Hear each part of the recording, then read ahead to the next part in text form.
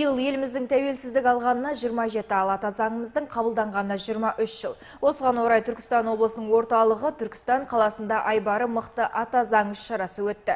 Салтанатты жиынға облыс әкімі, өңір активі және зиялы қауым өкілдері мен жастар қатысты. Ал шара кезінде мемлекеттік рәміздерге құрмет көрсетіліп, ата заңымыздың айбары асқақтады. Түркістан түбі бір түркі жұрты үшін ортақ отан, ал киелі шаһардың қазақ үшін қашанда орны бөлек. Себебі бұл жерде қазақ халқының алғашқы ата заңы Әз Тәукенің 7 жарғысы жазылған. Ал 1995 жылы жалпы халықтық референдумда қабылданған Конституция сол дала заңының жалғасы. Осыны ескерсек, биыл алғаш рет облыстық деңгейдегі шараның Тұран төрінде өтуі тарихи оқиға. Салтанатты шара еліміздің көк байрағына құрмет көрсетілуден басталды.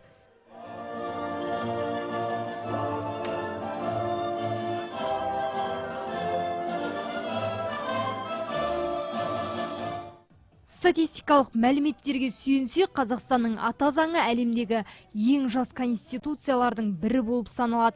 Ал саяси салмағы жағынан қарасақ, әлемдегі жалпы адамзаттық құндылықтарды дәріптейтін ең үздік елуліктің қатарына кіреді. Бұл деген сөз біздің ата заң замана үрдісіне төтеп беріп, азаматтардың сапалы өмір сүруіне ыңғайластырылған. Конституция күнін құттықтауымыз, тойлауымыз да ерекше деп айтуға болады.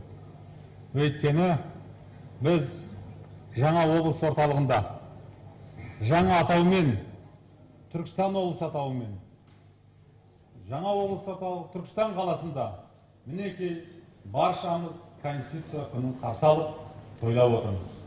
Бұл оқиға да құтты болсын.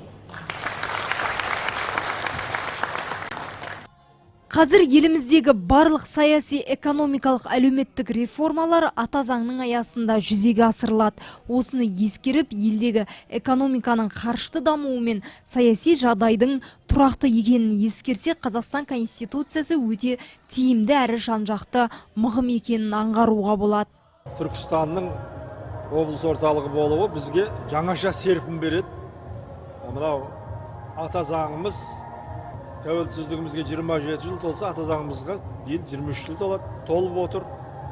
Референдумда қабылданған қуаныш, мынау түркі дүниесінің мәдени орталығы, тарихи орталығы, ясауидің асыл сүйегі жатыр, пәлен батырларымыз, хандарымыз жатыр.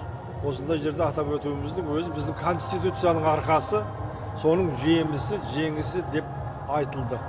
Биылғы мереке қарсаңында өңірдің әлеуметтік һәм экономикалық дамуына жан-жақты үлес қосқан 17 азамат арнайы марапатқа ие болды. Оның 12-сі облыс әкімінің грамотасымен марапатталса, 5 азаматқа өңір басшысының алғыс хаты табысталды. Марапат алып марқайғандардың бірі облыстық дін істер басқармасының бөлім басшысы Қайрат Әбуов.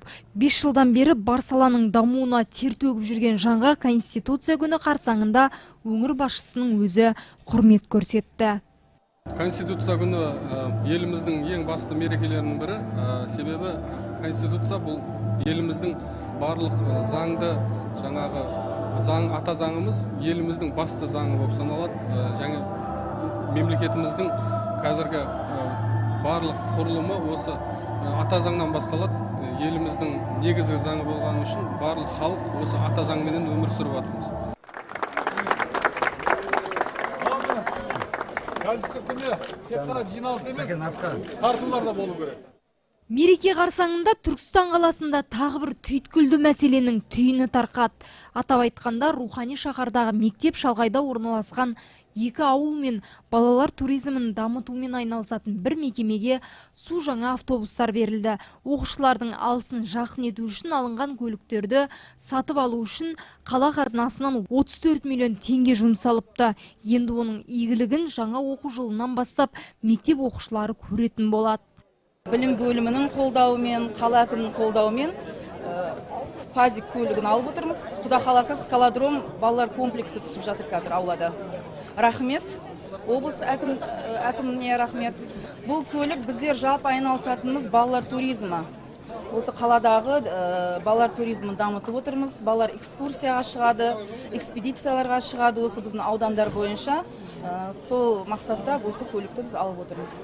Соңғы 27 жылда 7 жарық жазылған жерде биыл бірінші рет аталып өтілген салтанатты шара соңы мерекелік концертке ұласты. Онда патриоттық әндер айтылып, жұрт жанына жігер сыйлады.